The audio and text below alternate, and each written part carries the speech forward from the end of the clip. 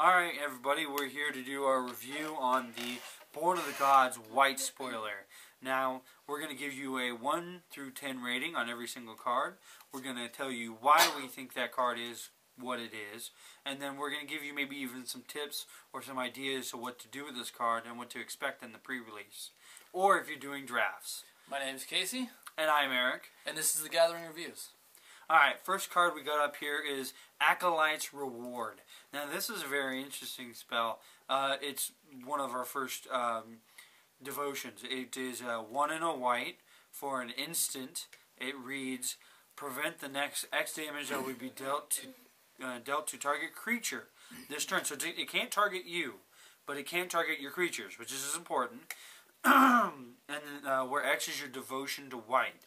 So this will count when the spell resolves. But it goes further. If damage is prevented this way, Acolyte's Reward deals that much damage to target creature or player. Now, obviously, if you have 5 devotion and there's only 4 damage being dealt, this spell isn't going to do 5 damage.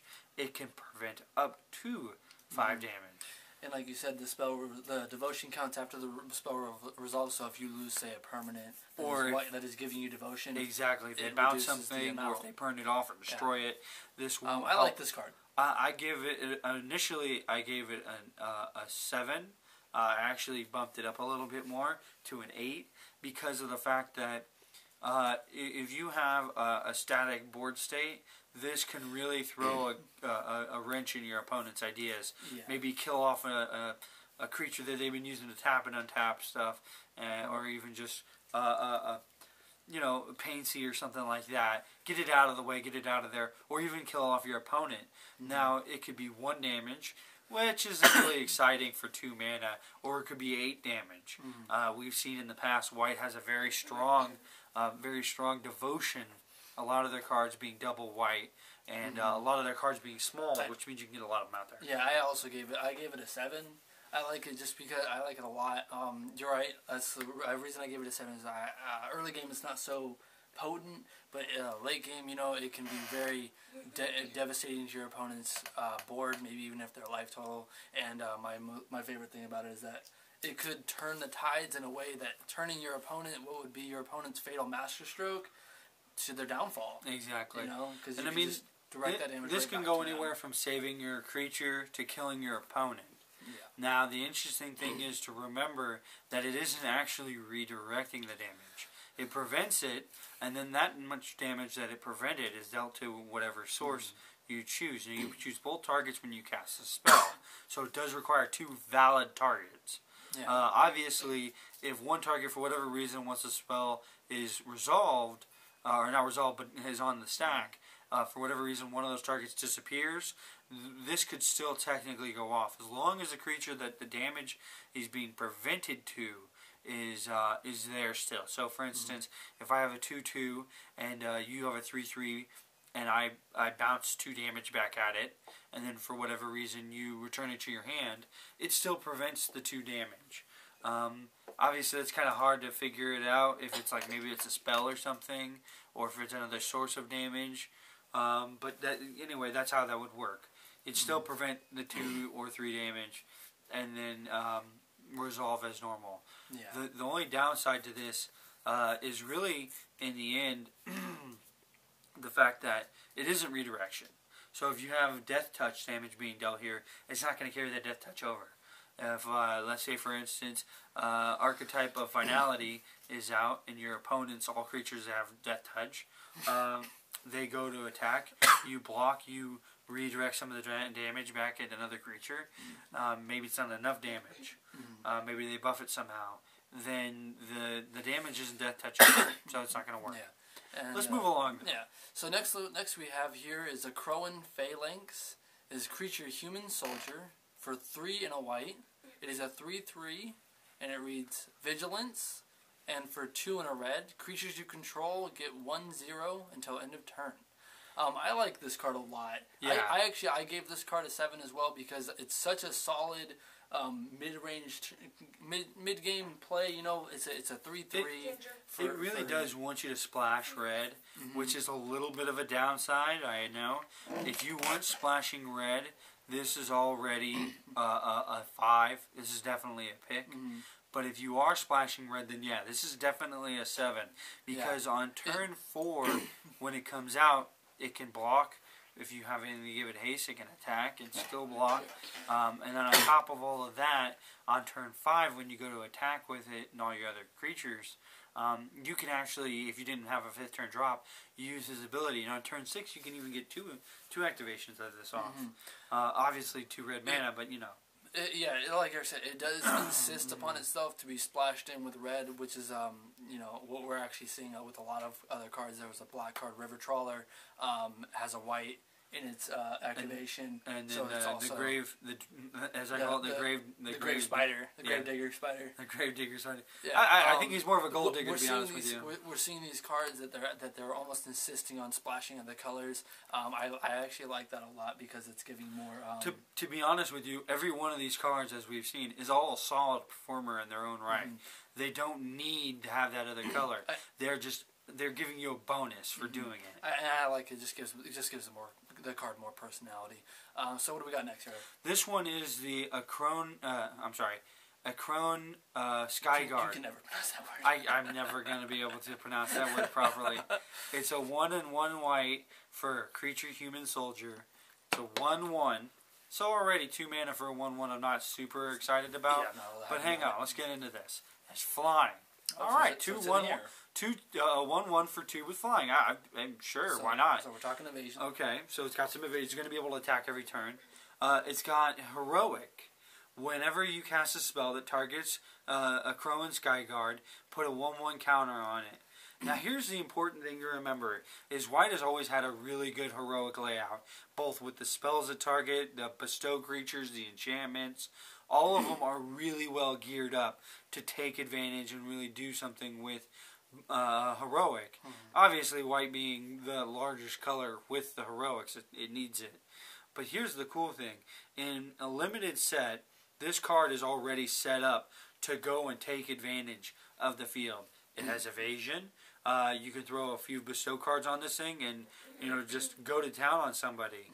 At the same time, you know, maybe you just fly this into some bird, eat it, trade off with something stupid. Yeah, because like I already feel that especially early game, your flying creatures should usually take priority of your enchantments and beefing, and this just goes one more step further to reward you by giving you that permanent 1/1 counter on maybe just what was just a 1-turn buff effect. Yeah, I gave this Mortal's Ardor. This isn't like the best heroic. Obviously, there are better, but I gave this a 6. Because in my opinion, for the mana cost, you're getting an awesome creature. And on turn 3, you're always going to have some mana to throw a bestow card on it. Yeah. So I only gave it a 5 just because of the fact that we saw a lot of low-level burn in Theros, and that's something you got to worry about. You know, Spark Joyless comes out the first turn. You know, that might have just ruined your plans. But even then, I mean, it's a 1/1 for 2. It's still 5. It's not my exit strategy. No. This is just a fun card to play. Now, the next card here is definitely going to get a lot of hate. Casey, why don't you read this off? Alright, next is the first of the archetypes of it's the white archetype of Courage. Is enchantment creature human soldier. It's for 1 and double white. Creatures you control have first strike. Creatures your opponents control cannot have first strike and cannot gain first strike. And it's a 2/2.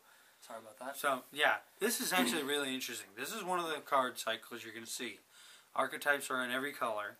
The interesting thing really is, though, that it's an enchantment on top of being a creature, so like the gods. But it's not a bestow card, which most people aren't really used to seeing. They're used to seeing this on the bestows, not the gods. In Theros, almost none of the creatures that were creature enchantments were not. They were either gods or bestows. Yeah, they either had bestows or they were of the gods. Now, here's something really cool I like about this card. Is it removes first strike from your opponent's creatures. Obviously, that doesn't work on double strike because it's a whole new keyword ability. But to be honest with you, it's almost like all your creatures suddenly got banding. whenever I think of First Strike, I always think of banding because when they go to block, they block together. Because they're like, all right, everyone get our spears together. We're gonna stab this guy. All of that damage builds up.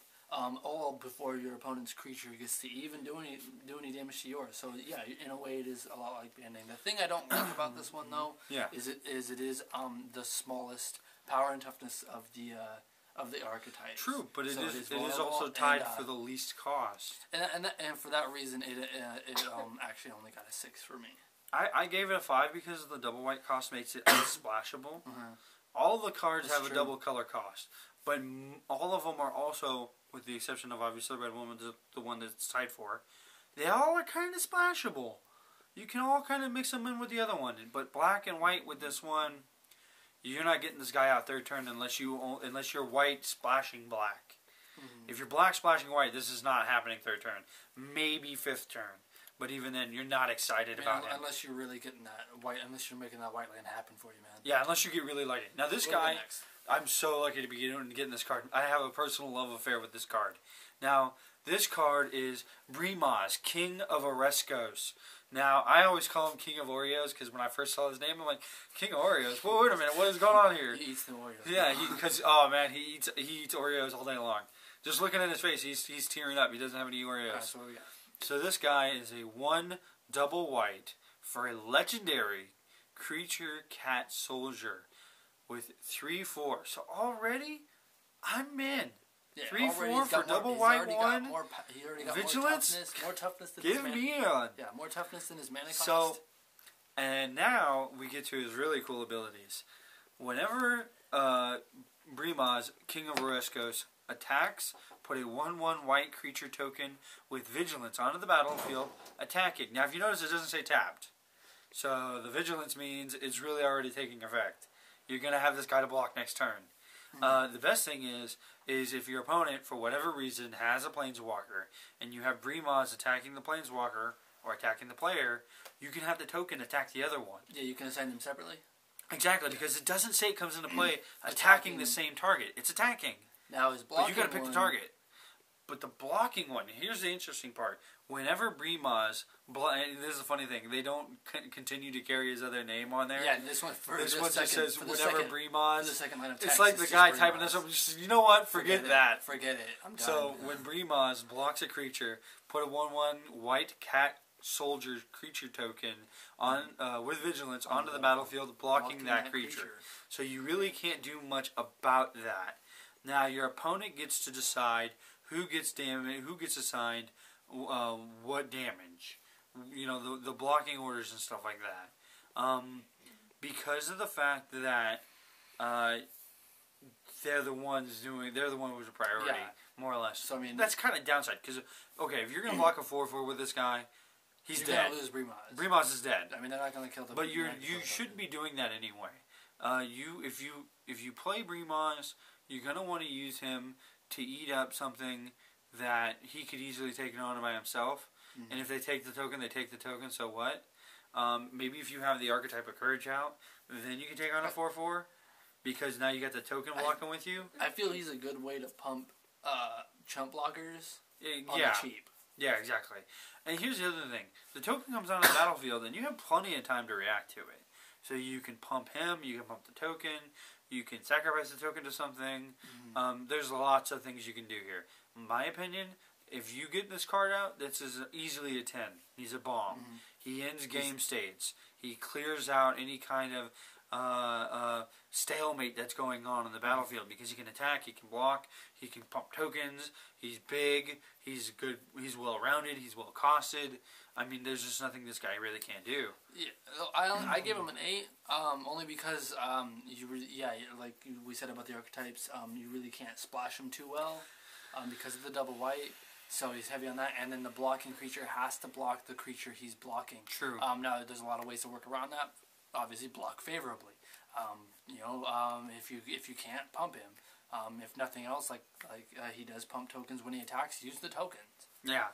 So the next one we got here. We got Dawn to Dusk. This is a sorcery spell for 2 and double white.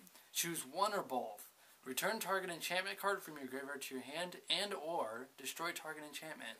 Now this card, I like a lot. This card I actually gave a 7, just because we're seeing so much enchantment, especially for white, and if nothing else, more so in white than we've seen in almost any set. Besides Theros, Theros had so much white for bestow and enchantments and things like that. For this, just for 4th turn being able to get really any enchantment that you might have lost, especially because the like we said, for certain drafts you might be getting Theros. Those ordeals they sacrifice themselves to an effect. You get that right back. True. Now I'm gonna say this. I gave this card a slightly lower rating because it says one or both. 9 times out of 10, you're doing one. Your opponent might have an enchantment out that's worth using on this. Worth having this.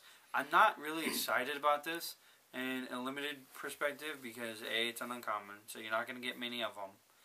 B, I wouldn't really want to run more than one anyway. It is a double white. It's 4 mana.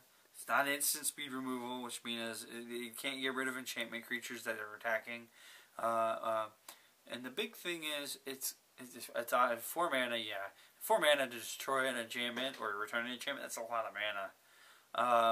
I see a lot of times people are going to want to be a 2-for-1, and it's just not going to be there. I gave this. You feel like you'll just sit on the card in your hand and you'll want to try to wait for both, and then by the time you do, you're like, oh wow, I've wasted my board state. When you could have done it 2 turns ago, and it would have been more favorable. And you could have gotten rid of that creature that just nuked 2 of your creatures. Or you're waiting to get the enchantment back from your graveyard because you want to destroy something they have as well. Yeah, and you could have just returned it and then played it. They're not going to play it. Just accept it. Yeah, I gave this a 5.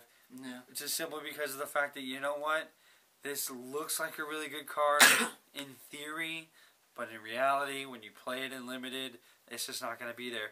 Constructed, this is a different story. You can run 2 of these solid. It's going to do work all day long. But in limited, you don't always have these opportunities. You got to take them when you get them. So let's just keep trucking along. This one is actually, once again, I get lucky with the cards. Eidolon of Countless Battles. Now, Eidolon of Countless Battles is just like the other Eidolons. It's a bestow card, so I'll do both costs.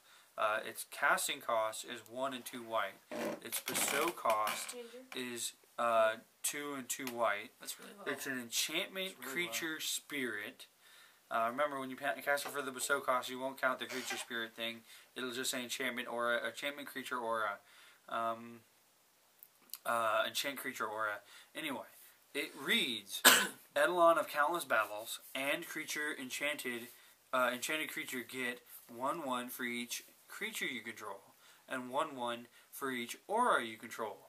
So, when you play this on a creature, which you're gonna, when you play this on a creature, the creature's already getting 2/2. Counts itself, it counts the creature it's on. If you have King Oreos out, pumping tokens, it gets huge. Chances of you doing this is slim. No. You get very few packs of Born of the Gods. So. My question is so it counts itself for an aura, but it doesn't count itself for a creature if it's enchanted on something. Because it can't be a creature and an aura at the same time. Okay. That's the way bestow works. Yeah, we all know that. So keep that in mind when people are playing that on other creatures. The sweet thing is, because you're going to use this more often times than not for the bestow, means when the creature you bestowed it on dies, you get this huge creature again. He's going to count himself, so he's automatically a 1/1, plus all the other stuff on the battlefield with you there. Now, it says creatures you control and auras you control, so it limits you to what you own, but even then, white, as we've already seen, has a lot of little creatures you can throw out there for cheap. And a lot of auras, too. I gave this thing an 8 because so did I. On its own, it can't win a game like King Oreos can, but this guy can definitely put it in your favor. For 10, I'd say you just drop this on the field and your opponent goes, alright, I'm done, and scoops. Yeah, like it has to be something that changes the tempo of the game, on field drop. I gave it an 8 as well, just because like we saw this last set in Theros with Night Howler. Okay, you lose a creature it's enchanted on, but you're still getting it's like Day Howler or something, Holy Howler or something, because the way he looks is just awesome. But next up we have Elite Skirmisher. It's creature human soldier for 2 and a white. It is a 3/1. Has heroic. Whenever you cast a spell that targets Elite Skirmisher, you may tap target creature. I like this actually a lot. I gave him a 6 because It's more aggressive. It's more aggressive white. I like that it's got much more power than toughness. I mean, you puff him, his heroic goes off. You tap maybe their only defender, and now you got a big hitter coming in, unmitigated. True. My biggest problem simply is this: it's a 3-mana 3/1 in a set that we already know has plenty of field wiping stuff that can literally just get rid of any one defense creatures. My thing is, I see this guy getting picked off. He's gonna die in combat. You think Sparkjolt's gonna just come in and I don't think Sparkjolt. I think he's gonna die to some 1/1 token. Right. He's gonna get blocked by a cat token and die. I just feel like you're gonna activate that heroic turn after turn, like maybe 2 times in a turn. He's not the kind of thing you'd build around like some of the other heroics we've seen in the past, where you can like Voltron him up and put all this armor on him until he's huge and he eats up stuff. So he's not going to do that. So he's definitely not a Daring Skyjack, like we saw from exactly. From Gatecrash. Exactly. That card just did work in limited play. So I'm going to tell you right now, my opinion is this guy's a 4. I don't see him making it into mini decks. Remember, 5 and up is what you want. 5 and above is your pick and choose. 7 and up is this has got to go in the deck, unless it's just this is something you're doing. Yeah. Like for instance, let's say with the countless Eidolon of Countless Battles, let's just say you're not doing a creature aura deck. Let's say you're doing kind of a blue-white control deck, where you really control the field with spells and stuff like that, and maybe 1 or 2 creatures.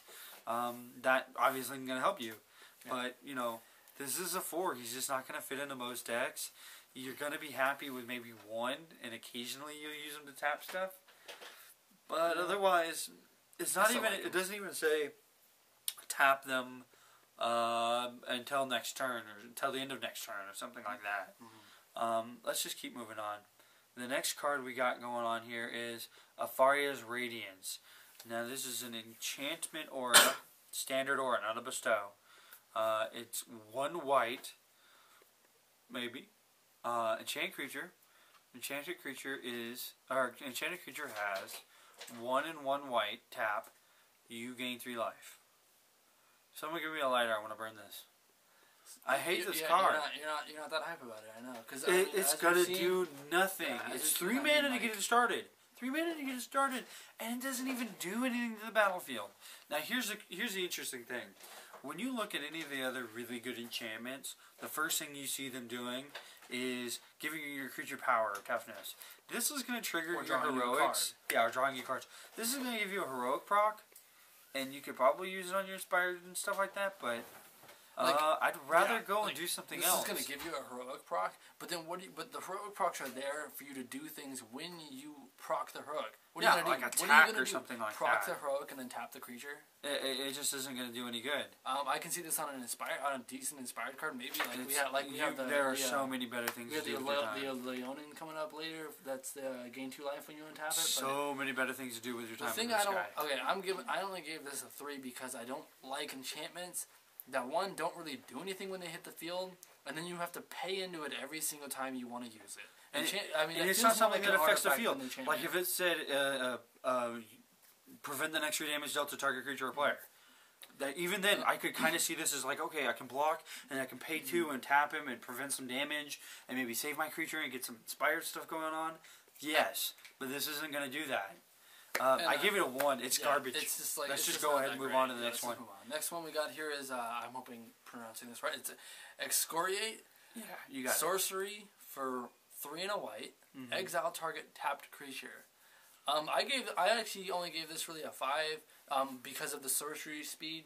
I do like the fact that it's tapped creature, so it's hating on the inspired. It's gonna punish your opponent for trying to play inspired during your turn, maybe. And obviously, if they have something ready for that, they can untap it when you play it. I think personally, the best part about this card is the first word on its text. Exile. Exile. So it's gone. It's just gone. This gets rid of gods. Once they're creatures, it gets rid of them. Yeah, they attack with it. It's gone. I mean, obviously, in this set, there are more effective ways to deal with gods, but if you just don't have it in your hand, this is a 5. It's just still gone. The downside really is this: if it's doing it to a creature that's been beating you up, you just got punched in the face. It's a nice little retort to your opponent to maybe deal with something, but at the same time it has to be tapped. The only bonus I'd say to this card is this is exile. Obviously, if it was an instant, it would probably cost 5 mana instead of 4. But even then, man, I'd pay the extra mana to get rid of something permanently on their turn. I like the fact that because we've seen a lot of the enchantment auras in this block that cause your creatures to tap. So say your opponent wants to activate that ability during your turn, maybe the blue one that makes you mill because they're expecting it to untap during their turn, and then you're just like, oh, no, you're not getting that back. That's exile. That's gone, bro. True. I'm going to say straight off the bat, because it is a white removal in a set that really needs removal of all colors, I'm going to give it a 5. Because 9 times out of 10, you're going to need some kind of removal. Next. So, what did you give it, though? I gave it a 5. Yeah, okay. like I said, I gave this it a 5. one, I hate this one so much for limited. This is white removal that we don't like. This isn't even really removal in the sense of removal. Let's explain. Faded Retribution. 4 white, white, white. 4 triple white. So it's 7. No, I don't even want to do it now. This is limited. How long am I going to have to wait for this? 7th, 8th, 9th turn? So there's no splashing turn? this card. You can't splash this. Instant. Okay, 7 mana for instant. I better be getting something awesome. You peeked me. Destroy all creatures and planeswalkers. If it's your turn, scry 2. So As it's Wrath of God. Yeah, it's Wrath of God with instant speed. Okay. For 7 mana. And it destroys planeswalkers. But normally when you play a Wrath of God, you want your planeswalkers to stick around to kind of help you get everything rolling again. But at the same time, this one does exactly the opposite. I could see some people already saying, well, you can use it as a combat trick. They're going to attack you with everything, and then you just play this and you wipe the field. Yeah, you just wipe the field. You got to start from scratch too. It's not just them. Unless you have something that's indestructible, but I mean... And even then, limited play, this doesn't kill gods, which are important, which was what I would want it to do. It doesn't do the stuff you want it to do for the mana. And limited, it's terrible. And constructed, I could see a great place in a lot of decks for this. But that's in constructed. So what do you give it? I gave this a 1 for constructed. Yeah, for limited. Limited, I'm sorry. For limited, I gave this a 1. I as well. I only gave it a 1 because, as we're seeing with the other faded cards, it's the scry ability that really, I feel, gives us this rarity. Destroy all creatures and planeswalkers for 7 isn't that fantastic? It's scrying too, yeah. Getting some land out of the way. Okay, so you want it, the real draw to this card is that draws people in is the instant speed field wipe.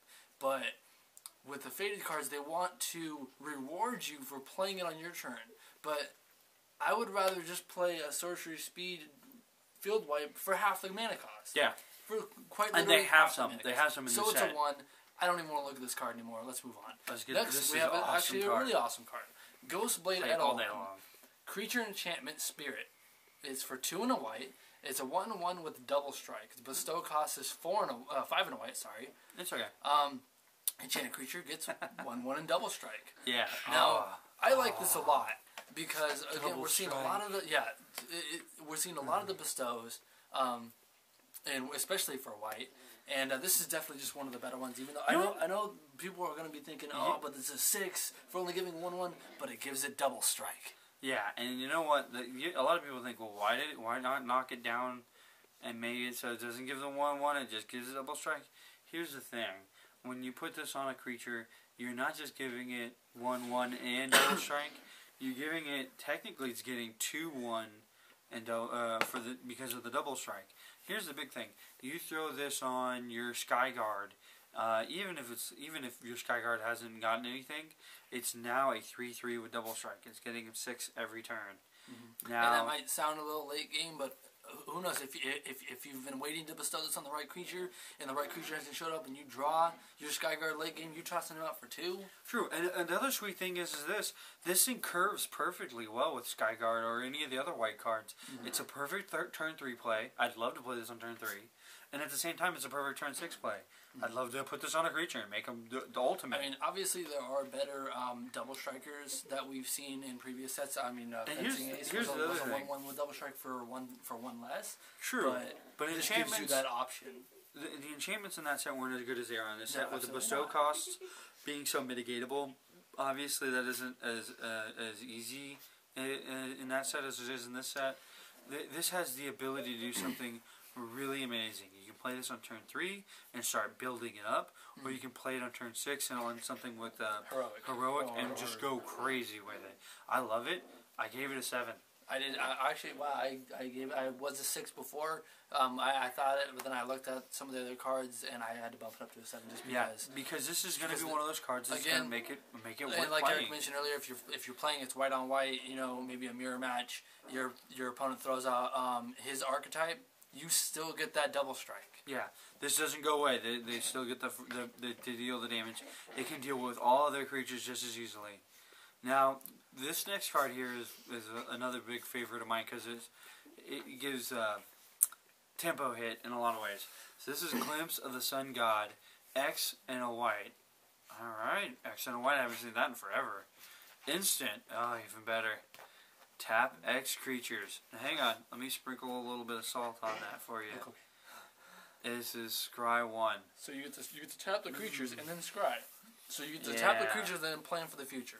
So here's the big thing. You play this on your opponent's turn at the beginning of combat. You tap out their attackers. Because everyone's thinking combat trick. Maybe even tap out one of your inspired cards. Proc a heroic. Move to the next phase. You can attack. You get your inspired procs. You get your heroic stuff. You could just scry 1, so you get to see what you're going to draw the next turn. Maybe even set yourself up for another 2-for-1 on your opponent. This is one of those cards that you're going to lose to, and you're going to know why. You're going to see them play this, and you're just going to go, alright, what are you doing next turn? It's definitely because you got to look past the whole tap X creatures, and you got to look past just the combat trick. Because yes, that's what everyone thinks when they see this. Oh, I'm going to tap this during their combat phase before they attack, so I don't get hit. But think about it, every time you've ever done that with an X card like this, and then you're sitting there with 2 or 3 mana left over, and you're like, oh, I don't have anything else I can do with that mana.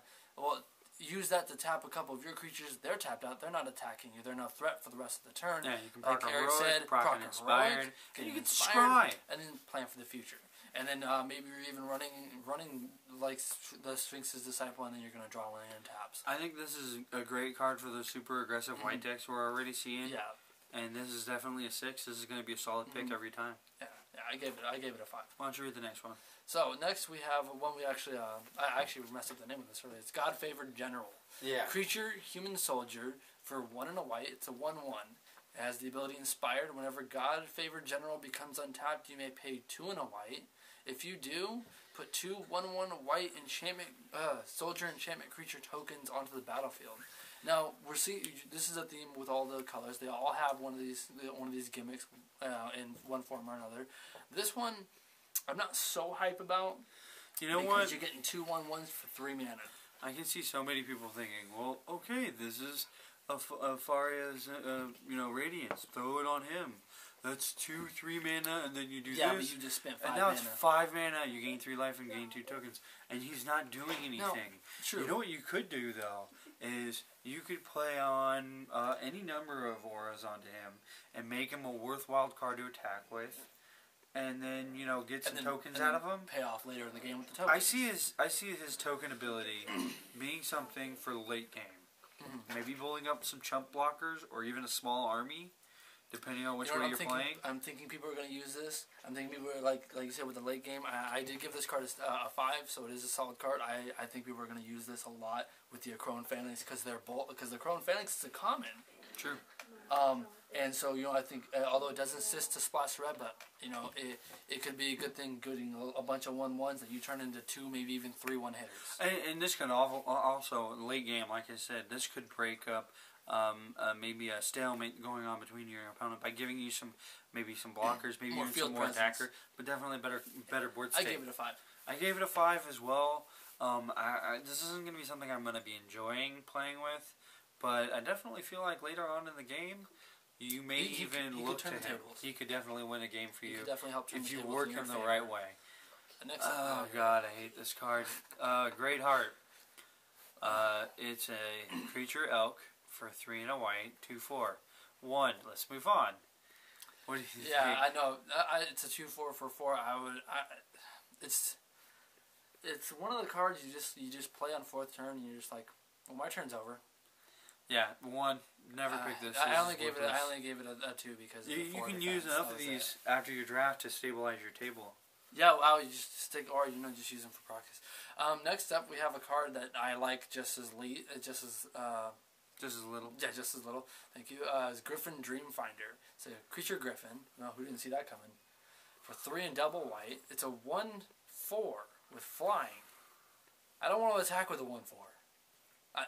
You're giving me evasion for no reason.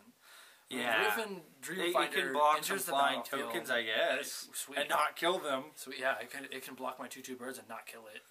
Yeah. When Griffin Dreamfinder enters the battlefield, return target enchantment card from your graveyard to your hand. The only reason I gave this card a 3 is because of the amount of enchantments that you can have in your graveyard this late in the game. Yeah. Because it is 5th turn, so remember we were talking about the ordeals that sacrifice themselves. You can use those to get these back, and maybe put them on this guy and get some bigger. Sure, why not? Yeah.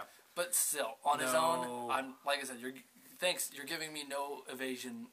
You're giving me evasion for no reason. That was worthless. It's a 1. Yeah. Like I said, Don't pick it up. Next up was actually a card this is one of my favorite.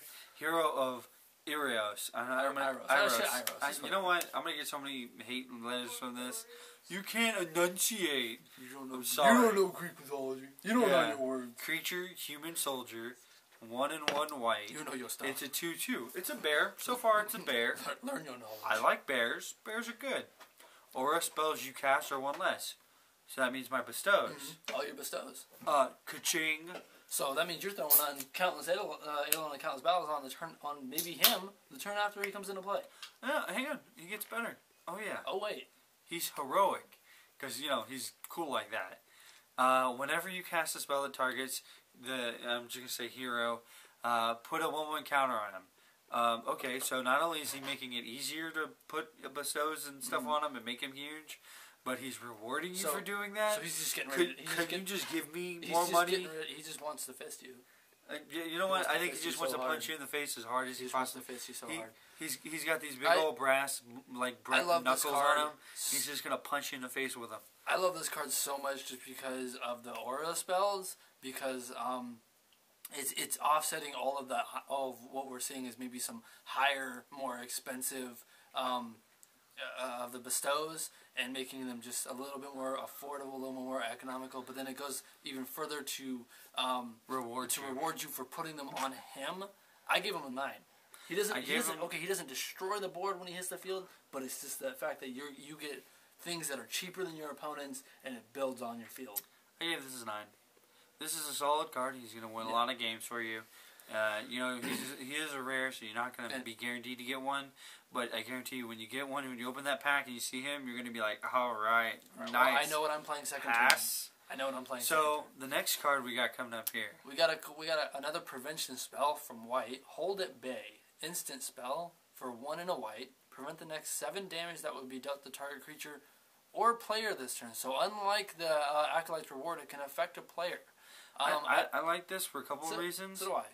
Most of the time because it's just 7 damage. Yeah. You may have played really aggressive, and with aggressive decks, sometimes you run into race situations.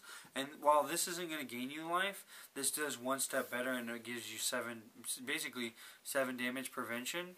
Now, what's really interesting is, like you said yourself, it does it to creature or player. And so early on in the game, this could save a creature, or it could even just save you from taking some unnecessary damage. Really put your opponent at bay, maybe prevent a trade that would have happened. Or even bait them in with, you haven't been aggressive very much, and then you go all in. They're like, oh, he must be going for the win. And they're like, I'm gonna go all in too. Hold at bay, save yourself just that amount of damage, so your opponent's all open.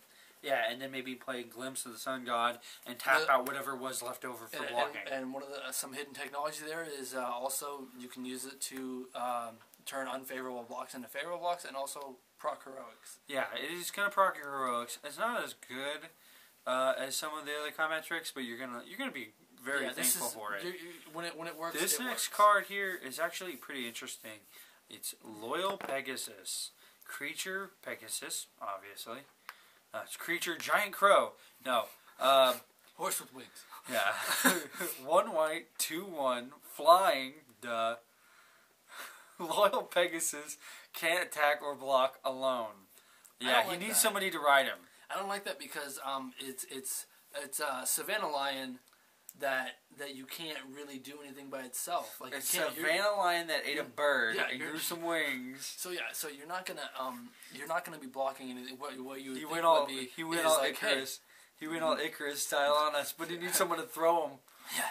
So so you think like, oh, I'm gonna get a 2-1 on the field early game. But the problem is unless you get something that has haste to attack along with it second turn, which there is a card in this set, but I mean... Then you're splashing red. Then you're automatically going to have to do that with red. You're not going to be swinging on this guy or blocking with him second turn. So what you would think would be like, oh, I've got a 2-1 out on the field first turn. So what you would originally think that would set the mood or pace of that match. So basically, it's not doing anything. So like that. what he's getting at in the more simpler words: turn 1, Loyal Pegasus. You go. My turn. Turn 2, land. 2 drop. Your turn. I should have attacked with my 1 drop. I can't. Yeah. My turn. Okay, now I swing with 2 creatures. I gave this a 5 because white really does need something like this. Mm-hmm. You can Voltron this guy. You can, get your Smith and Wesson going and just start building up on this guy. Give him guns and cannons and maybe a turret or 2, and this guy can take some people out because he is flying. That's evasion, something white doesn't have a lot of.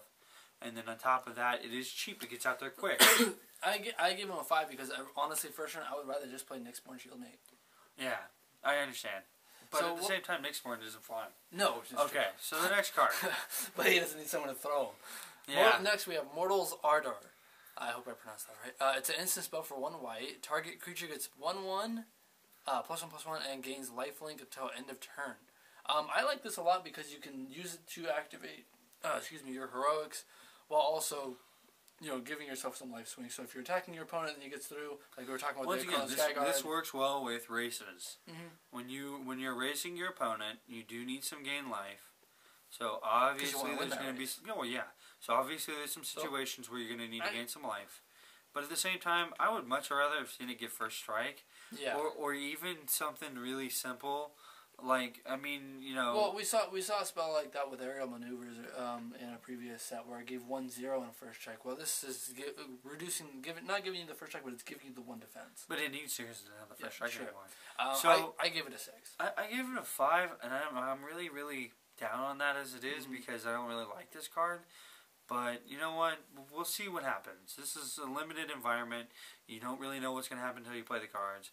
So and with 2 packs of Theros, that means you have some chances of really good heroics. The next card we have is Nyxborn Shieldmate. It's an enchantment creature, human soldier, so it has a bestow cost. It's 1 white for 2/1, or bestows for 2 and a white.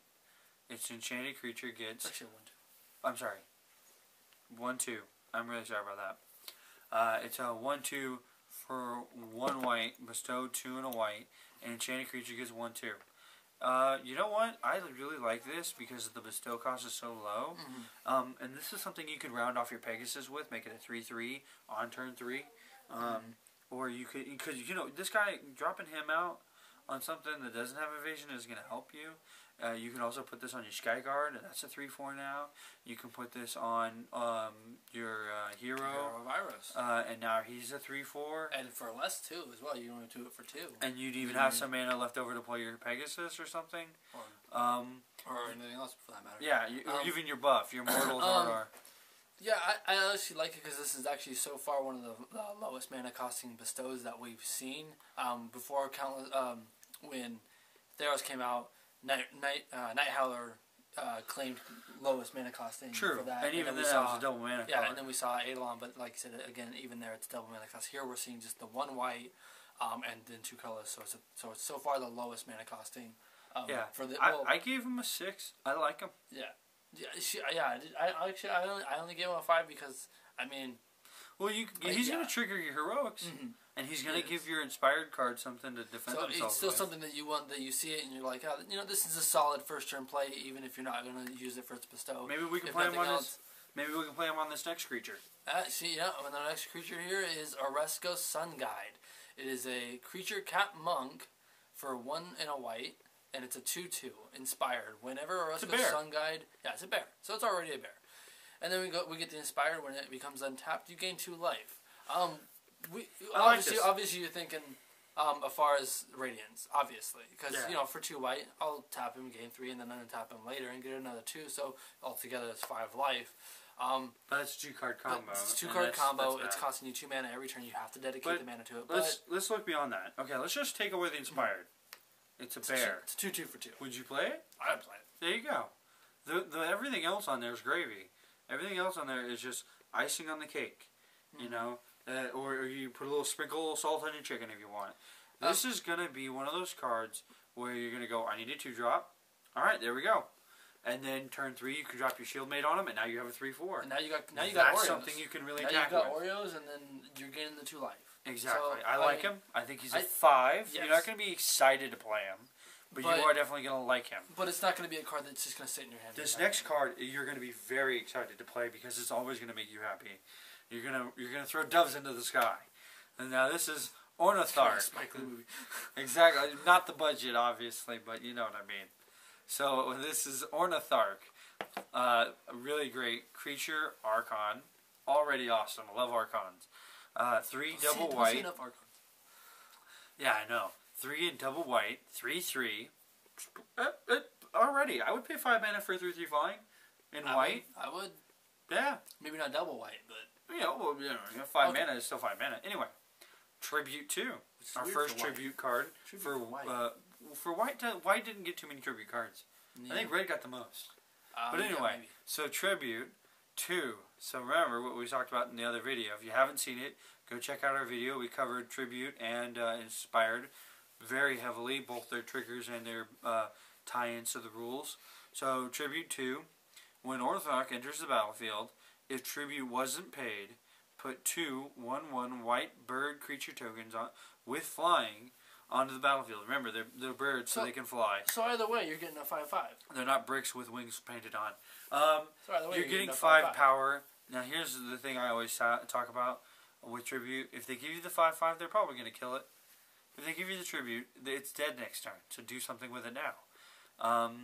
Although, with that being said, I will say this. You're right. You are always getting 5 power. This is a great card. Even if you get 2 little 1/1 birds, that's something else that you can, power up. Maybe with your Phalanx. Now you use a Phalanx once. 2 1-hitters. And now you have a total of, instead of just getting 6 damage, now you have a total of 3 extra damage going onto the table, which means now it's 8 damage. It doesn't sound like much. You hit a couple times with that, though. Your opponent's going to pick up his head off the table and notice. I gave it a 7 because, like I said, either way, this is one of the few tribute cards that give you an even way around both ways. This is one of those cards. No matter what. This is one of those cards where the gap between good and bad are so small. It's almost so small that your opponent isn't going to know which one to really pick. And I guarantee you, there's going to be some people going, "Wait a minute, how big are the bird tokens? How many do you get?" Because think about this too. Wait a second. Is if you are running, obviously you're going to want to run. If you get this, you might want to run more white than red. If you are doing a white splash red, and 4th turn Phalanx leader, not Phalanx leader, sorry, Orconian Phalanx hits the field. 5th turn he throws out this, and maybe then they don't pay the tribute and you get the 2 1/1 whites. But that Orconian Phalanx might actually. Yeah, like I said, might actually favor turn 6, you use them twice, and that's huge damage. It's game. Yeah, but maybe they give you the 5/5 because of your Phalanx on the field. True. You know. Well, that's all. Like I said, that's all situational. No, I gave him a 7. I gave him a 7 as well. You gave him a 7. So it's a good card. This next card, I'm not so excited about in Limited. Plea for Guidance. It's a sorcery for 5 and a white. Search your library for up to 2 enchantment cards, reveal them, and put them into your hand. Then shuffle your library. So no matter what, you're playing this for 6. We've seen no way to reduce the cost of sorceries in instance in this set. So you're paying this for 6. This isn't coming out any earlier than 6th turn, like we saw. A Hero Virus getting rid of the bestows. You can search for your gods with this, or your bestow cards, or your archetypes. Now here's the thing. I always look at it from Casey looks at it from a point of view of how aggressive is this? What is this going to do? Is it going to give me some kind of skill up or something like that? Am I going to have something for me right now? Yeah, I want it to. When I play this thing, I want it to do stuff. Maybe put an enchantment into play for me or something. But I look at this from the point of view of this is card advantage. Plain and simple. You're going to play this card late game when you really need it. The board state is developed, so you know what you want. You're not playing it to fetch a stupid enchantment just to beef up your already big guy. You're not looking for some stupid bestow card that you can sit on the sideboard and let it wait until you get your more developed state. You're searching You're playing for your gods. You're playing for your archetype. You're playing for that one really sweet bestow card, Eidolon of Countless Battles. You're playing it to get your Ghost Blade, Herald the Torment. Herald the Torment. Any number of those to win out the game. I don't like the fact that you have to reveal them though, because that lets your opponent know what's coming. You have to. I had to give it. You obviously have to because of the fact that it's card specific. I understand. But in that simple case, I still gave this a 5 because even in limited, this is going to give you card value, and that's important. Yeah. Not like this next card though. This is a really, really good card for the set. Revoke Existence is actually a reprint. It's 1 and a white. It's sorcery speed. Not that exciting. I understand. But exile target artifact or enchantment. Again, we're excited about that first word in the text. Exile. It's gone permanent. It's out of here. It gets rid of gods. It gets rid of archetypes. Yeah. It gets rid of all those little pesky enchantment creature tokens that General was putting out. Well, obviously you wouldn't want to do it on those. Those are kind of dumb. But it gets rid of Eidolon of Countless Battles. Gets rid of that permanently. And you know what the best part is while it is a sorcery speed, it's not that expensive. You can play this and then play out something else. Very cheaply. You can play this out and then play out your Nyxborn Shieldmate. It's still totally possible. I like this card. I gave it a 6. So I gave it a 7. I like it even more just because, like I said, we see so much of this enchantment.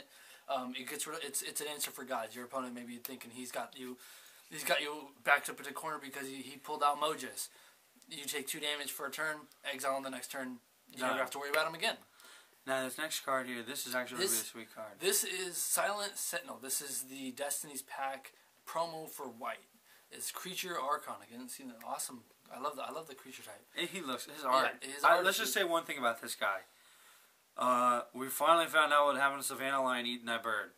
He's a sweet light armored friggin' dude flying around on a lion with wings.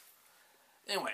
Step aside. Yeah, he's 5 and double white for a 4/6 with flying. So unlike the Griffin, he's a 4/6 with evasion. So I want to attack with him, and he goes even a step further for rewarding you for attacking with him, for being more aggressive in a color that's so known for not being aggressive. Whenever Silent Sentinel attacks, you may return target enchantment card from your graveyard to the battlefield. You don't even have to hit the player. Just attack. When it is just you go can sideways. actually bring in Eidolon of Countless Battles. Throw it onto him. Now he's huge. Yeah, that's the trick to it. That's the hidden technology right there, because you can grab a bestow card and put it on something. Exactly. It says enchantment card, not enchantment creature. It doesn't say it has to be a particular type. It's any enchantment, and then it just throws it onto the battlefield. You know what I mean? This is one of those things where it can get really nasty really quick. Now here's the thing. You can also, and this is something that I need to touch on because it's a rule-specific thing. That the only target on this ability is the targeting of the enchantment. It targets the enchantment and brings it into play. If it's an enchantment aura, then you put it on something. It's not targeting it. So, for instance, you have a creature on your opponent's battlefield with hexproof, and for whatever reason, you're running blue-white. And you bring in the tap enchantment. Well, his creature has hexproof though. It doesn't target it, so there's no violation of the rule. In the text, it's not saying target. Yeah, in the hexproof text, it says this creature cannot be targeted.